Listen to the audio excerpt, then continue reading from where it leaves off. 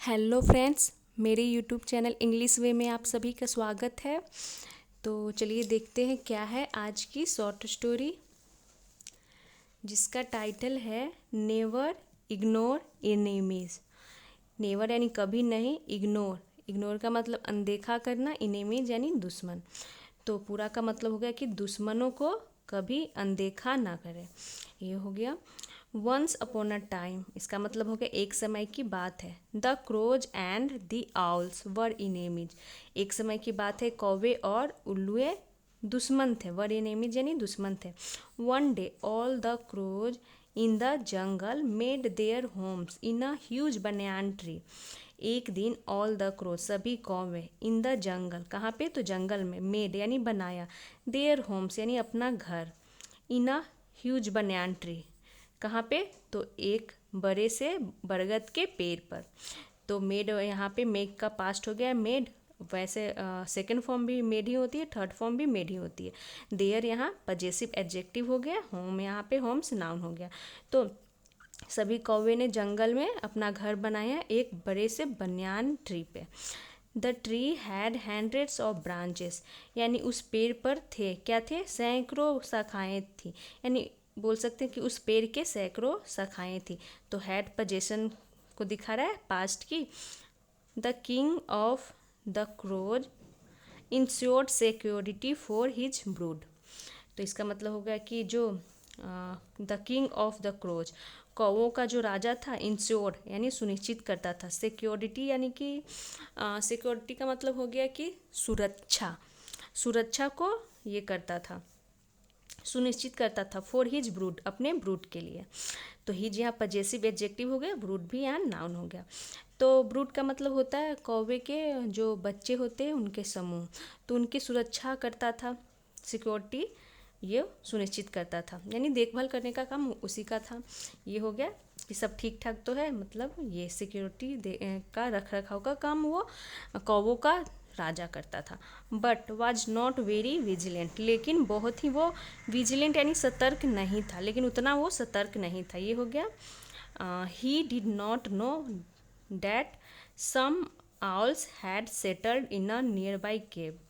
He did not know यानी वह नहीं जानता था। कौन, तो ही यहाँ पे यूज किया गया है कौवे के किंग के लिए प्रोनाउन। डिड नॉट नो यानी कि ये हो गया पास्ट इंडिफिनिट की negative sentence. He did not no, वह नहीं जानता था, डैट की सम आउल्स, कुछ उल्लू, हैड सेटल्ड यानी बस गए थे। तो हैड के साथ यहाँ सेटल्ड थर्ड फॉर्म में है, पास्ट परफेक्ट में है। इन अ नियर बाई केव यानी पास के गुफा में वो बस गए हैं, ये नहीं पता था। ऑन दी अदर हैंड, इसका मतलब हो गया दूसरी ओर, the owls who made a colony in a cave near the banyan tree। तो इसका मतलब हो गया कि दूसरी ओर जो उल्लू थे वो हु यानी जिसने, मेड बनाया था, और कॉलोनी इन अ केव यानी गुफा में एक कॉलोनी ही उसने बना लिया था, नियर द बनियान ट्री यानी उस बनियान ट्री यानी बरगद के पेड़ के पास जो उल्लू था वो एक कॉलोनी ही बसा लिया था। ये हो गया। और वो जो कौवा लोग था वो बेखबर था इससे। वर वेरी विजिलेंट, और क्या थे, बहुत ही वो विजिलेंट था यानी कि सतर्क था। एक तो घर भी था पास में और वो सतर्क भी था बहुत। दे हैड अ किंग, उनका एक राजा था। हैड यहाँ पोजीशन को दिखा रहा है पास्ट की, कि उनके पास एक राजा था। हु रूल्ड, जो शासन करता था, with the help of a strong and cunning army, जो शासन करता था with the help of a strong and cunning army यानी कि मजबूत और चालाक सेना के मदद से वो शासन करता था। रूल्ड यानी शासन करता था। The owl king kept a close eye on the crows, यानी जो उल्लू था, केप आउल किंग यानी उल्लू का उल्लू राजा, कीप की पास्ट हो गई केप्ट, अ क्लोज आइज यानी कि वो नज़र, कड़ी नज़र रखता था। क्लोज आइज, क्लोज आई यानी कड़ी नज़र रखता था। तो कीप यहाँ पे ये दिखा रहा है कि वो ऐसा एक बार नहीं, मतलब कड़ी नज़र रखता था, बार बार को दिखाता है ये, हमेशा कड़ी नज़र रखता था ऑन द क्रोज, कौवों पर। एंड एवरी नाइट, हर रात, हिज आर्मी यानी उसकी जो आर्मी थी, सेना, किल्ड मार देता था, एनी क्रो किसी भी कौवे को, they sight on outside the tree यानी इसका मतलब हो गया कि किसी भी कौवे को जो वे अगर नज़र आते थे आउटसाइड द ट्री, यानी कि पेड़ के बाहर वे नज़र आते थे, उसे मार देता था। कौन? तो उल्लुओं का सेना।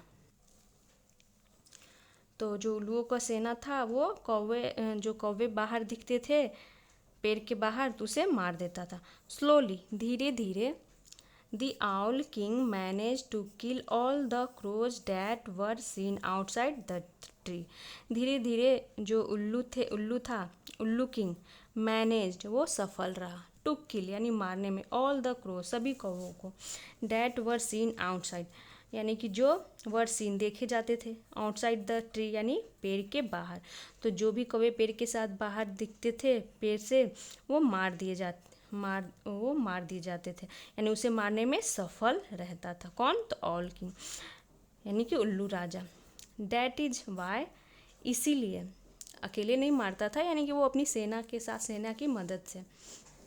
तो यहाँ हो गया डैट इज वाई यानी कि इसीलिए, इसे शॉर्ट में दैट्स वाई भी बोलते हैं। That's why wise man have always, यानी जो बुद्धिमान आदमी होते हैं, तो यहाँ पे मैन की प्लूरल हो गई मेन। हैव ऑलवेज सेड यानी हमेशा, ऑलवेज सेड यानी हमेशा कहा है, डैट कि हु एवर यानी जो कोई भी, नेग्लेक्ट्स यानी कि अनदेखा करता है, द इनेमी दुश्मन को,